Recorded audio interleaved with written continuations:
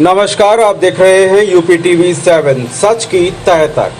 गुरुवार को कानपुर पहुंचे डिप्टी सीएम केशव प्रसाद मौर्य जी 2 दिन के दौरे पर हैं, जहां उन्होंने सर्किट हाउस में आला अधिकारियों के साथ विकास कार्यों की बैठक की, तो वहीं उन्होंने 79 परियोजनाओं का शिलान्यास और लोकार्पण भी किया। इस दौरान उन्होंने शहर को 5028.7 लाख रुपए को सौगात भी दी। वहीं उन्होंने मीडिया से बात करते हुए कहा कि किसान आंदोलन पर बोलते हुए कहा कि हमारे प्रधानमंत्री, कृषि मंत्री और रक्षा मंत्री सभी तरह से सक्षम हैं और किसानों के अहित की बात वे कभी नहीं कर सकते। उन्होंने ये भी कहा कि जल्द ही आंदोलन खत्म होगा। वहीं विपक्षी दलों को इसका खौफ भी दिख रहा है। वहीं उन्होंने मनीष सिसोदिया के बयान पर कहा कि दिल्ली में जितनी आबादी है उतने तो उत्तर प्रदेश में छात्र हैं।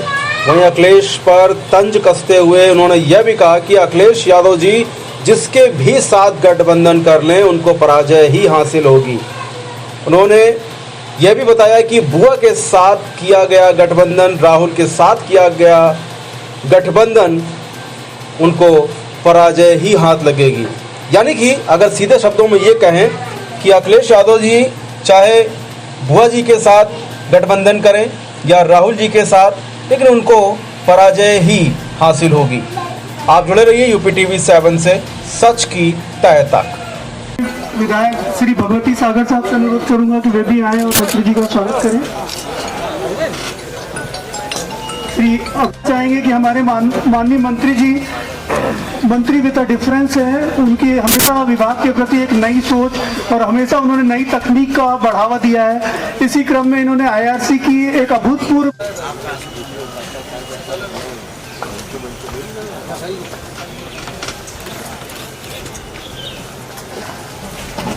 जी, आदरणीय विधायक उपेंद्र पासवान जी, पार्टी के वरिष्ठ नेता आदरणीय सली बिश्नोई जी, कमलावती जी, 6.21 किलोमीटर है।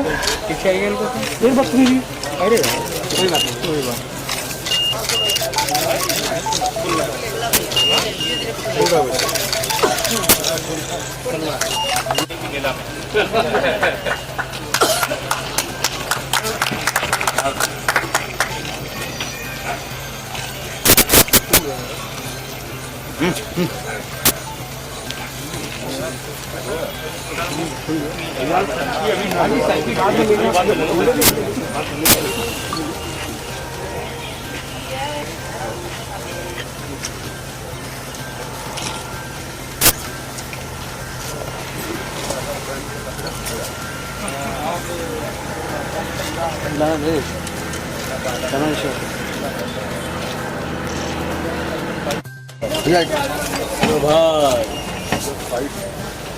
बोलिए भारत माता की। हमारे दोनों जिलों की अध्यक्ष सुनील जी और बहन बीना जी, हमारे प्रदेश के दोनों उपाध्यक्ष आदरणीय सलील जी, आदरणीय कमला बहन जी, प्रदेश की कानपुर की प्रथम नागरिक आदरणीय दीदी प्रमिला पांडे जी, 79 अभी मुझे सूची दिखाई दे रही है, परियोजनाओं का लोकार्पण शिलान्यास है जो 50 करोड़ से अधिक लागत के हैं। इसके लिए मैं समस्त कानपुर वासियों को शुभकामनाएं देता हूं, बधाई देता हूं और आप सबको भरोसा दिलाता हूं कि अभी भी खजाने का मुंह कानपुर नगर जनपद की सड़कों को बनाने के लिए पूरी तरह से खुला हुआ है और बहुत सारी परियोजनाएं पाइपलाइन में। केंद्र में माननीय नरेंद्र मोदी जी के नेतृत्व में हमारी सरकार हो अथवा प्रदेश में आदरणीय योगी जी के नेतृत्व में हमारी सरकार है, दोनों सरकार का लक्ष्य क्या है? विकास करना। उत्तर प्रदेश के सबसे बड़े महानगर को सुविधाओं से युक्त करना। इसीलिए बहुत जल्दी जो प्रस्ताव आ रहे हैं, जो हमारे माननीय जनप्रतिनिधियों ने कहा है चाहे कानपुर से लखनऊ के लिए एक्सप्रेस वे बनाना हो और चाहे कानपुर का रिंग रोड बनाना हो और कानपुर की चाहे मेट्रो की तत्काल जितनी शीघ्रता से व्यवस्था की जा सकती हो व्यवस्था करना हो, किसी भी परियोजना में कोई ढिलाई ना हो, जल्दी से जल्दी यह सुविधा कानपुर वासियों को मिले और कानपुर का विकास यह मैं मानता हूं कि प्रदेश के विकास में बहुत बड़ा योगदान करने वाला है। विरोधी वो घबरा जाते हैं, लेकिन उनकी घबराहट की चिंता किए बगैर हम देश के हित में, देश के हित में, गरीब के हित में, किसान के हित में जो काम है वो लगातार। सर विपक्ष को आप कहते हैं भ्रम फैला रहा है और विपक्ष कह रहा है आप लोकतंत्र की हत्या कर रहे हैं। क्यों आपकी बात किसान मानने को तैयार नहीं है सर? हमारी बात देश का किसान पूरी तरह से मान रहा है।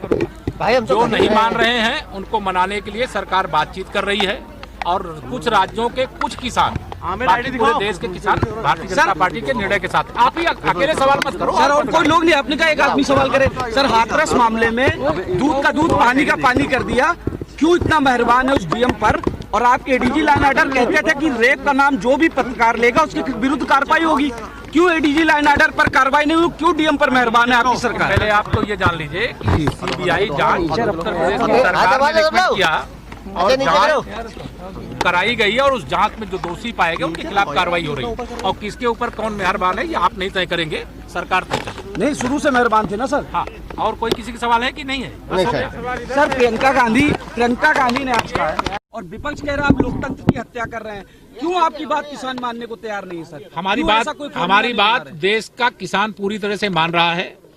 जो नहीं मान रहे हैं उनको मनाने के लिए सरकार बातचीत कर रही है और कुछ राज्यों के कुछ किसान, बाकी पूरे देश के किसान भारतीय जनता पार्टी के निर्णय के साथ। आप ही अकेले सवाल मत करो और पत्रकार लोग नहीं, आपने कहा एक आदमी सवाल करे। सर हाथरस मामले में दूध का दूध पानी का पानी कर दिया, क्यों इतना मेहरबान है उस डीएम पर? और आपके एडीजी लाइन ऑर्डर कहते थे कि रेप का नाम जो भी पत्रकार लेगा उसके विरुद्ध कार्रवाई होगी। क्यों एडीजी लाइन ऑर्डर पर कार्रवाई नहीं हुई? क्यों डीएम पर मेहरबान है आपकी सरकार? पहले आप तो ये जान लीजिए कि सीबीआई जांच उत्तर प्रदेश की सरकार ने रिकमेंड किया और जांच कराई गई है और उस जांच में जो दोषी पाए गए उनके खिलाफ कार्रवाई हो रही है। और किसके ऊपर कौन मेहरबान है ये आप नहीं तय करेंगे, सरकार तय कर लेगी। नहीं, शुरू से मेहरबान थे ना सर। हाँ, और कोई किसी का सवाल है कि नहीं है? बस हो गया सर। प्रियंका गांधी ने 100 में 60 हमारा, बाकी में बंटवारे वाले में भी हमारा। केजरीवाल कह रहे चर्चा क्यों नहीं कर रहे? सपा बसपा कांग्रेस सब एक हो जाए। सर केजरीवाल से चर्चा क्यों नहीं कर रहे हैं? केजरीवाल आए वहाँ से मनीष सिसोदिया आपको चैलेंज कर रहे हैं। आप क्यों आप चर्चा करोगे? आपसे चर्चा करने लगे क्या सर? आप वो आपने ही चैलेंज दिया कि बात करी जाए। सर अब शिक्षा स्वास्थ्य पानी पे जब बात करने कह रहे हैं। आप सुनो पहले मेरी बात को। हमारे प्रदेश के अंदर जितने छात्र हैं उतनी आबादी दिल्ली की नहीं है और दिल्ली प्रदेश के अंदर कोरोना काल में जो पूरी तरह फेल हो गए, अगर माननीय अमित शाह जी ने, गृह मंत्री जी ने बागडोर नहीं संभाली होती तो शायद केजरीवाल जी की सरकार में दिल्ली की आबादी ही आधी हो जाती।